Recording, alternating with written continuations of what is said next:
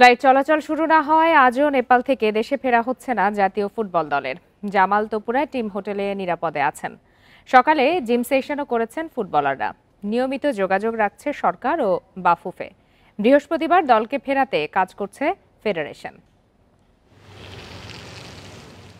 ছাত্র জনতার আন্দোলনে নেপালে সরকার পতন, দায়িত্ব নিয়েছে সেনাবাহিনী।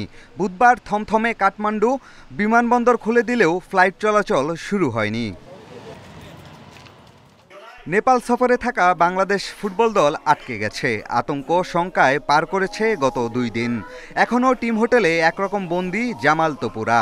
তবে পরিস্থিতি শান্ত থাকায় ফুটবলারদের উদ্বেগ নেই। বুধবার সকালে হয়েছে জিম সেশন।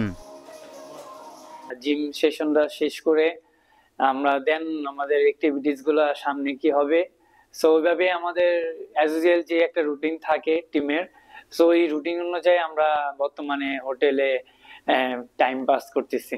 ফুটবলারদের দ্রুত দেশে ফেরানোর সর্বোচ্চ চেষ্টা চলছে। সরকার ও বাফুফে সার্বক্ষণিক যোগাযোগ রাখছে। সবাই নিরাপদে আছেন। সোহেল সাদদের পরিবারও কিছুটা দুশ্চিন্তামুক্ত হয়েছে। ফ্যামিলি সাথে আমাদের কন্টিনিউয়াসলি কথা হচ্ছে। বর্তমান যে অবস্থা হোটেলের, খুব ভালো একটা অবস্থায় আছে, আর ফ্যামিলি সবাই এখন চিন্তামুক্ত আছে বর্তমানে।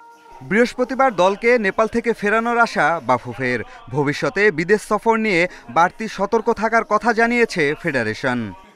এয়ার স্পেস ওপেন হয়েছে, আমরা চাচ্ছি যেন অতি দ্রুত আমরা তাদের দেশে ফিরিয়ে আনতে পারি। একটা ডিপ্লোম্যাটিক ক্লিয়ারেন্স প্রয়োজন, এখন পর্যন্ত আসলে আমরা ওইটা পাইনি, যে কারণে কিন্তু আসলে স্পেশাল চার্টার্ড বিমান এটা যেতে পারছে না।